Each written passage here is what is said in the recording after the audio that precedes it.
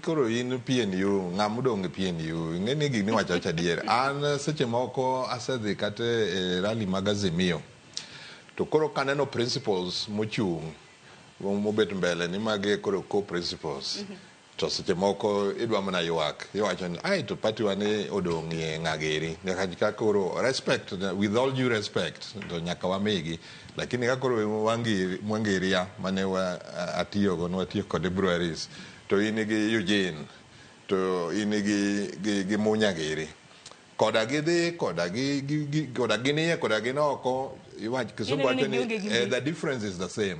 Koro gibende gihore mos ing'eyore yani jakom miyogi ga ting'o gi malo mondo oketgi mbele kaka jotend chama gi, lakini nyaka ing'e ni ka in chama mar ji adek kaka mar Martha Karua giri makura malong'o onge to nyaka ihori kata iting'i malo. Koro gin kata gidhi to gidhi adhiya. Kalonzo ema wachne nyaka wanon to ok onyal riambo en bende ni nyocha okia ni jakom wuoyo gi Ruto nikech report manyocha ne wawinjo kuom jomotudre matin to ng'e ni kata en nomiye slots moko to tamore.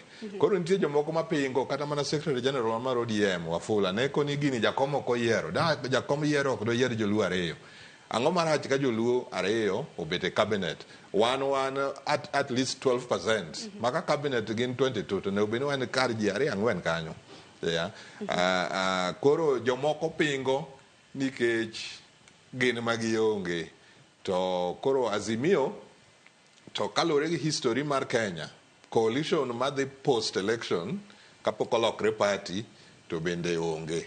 Koro nyaka walos manyien. To nitie gini ma bende Munya na wacho kanyo ni Azimio kata mana ODM okawo okang' mano mar riwore gi sirikal ma pacho ka.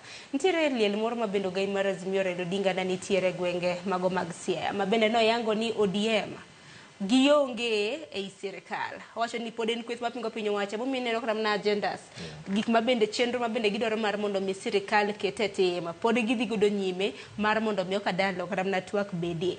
In bende nyona pachi Eli Opondo nikech nak Kenya nosewuok. Koro ng'iyo ni to Azimio dwa ruombore piny.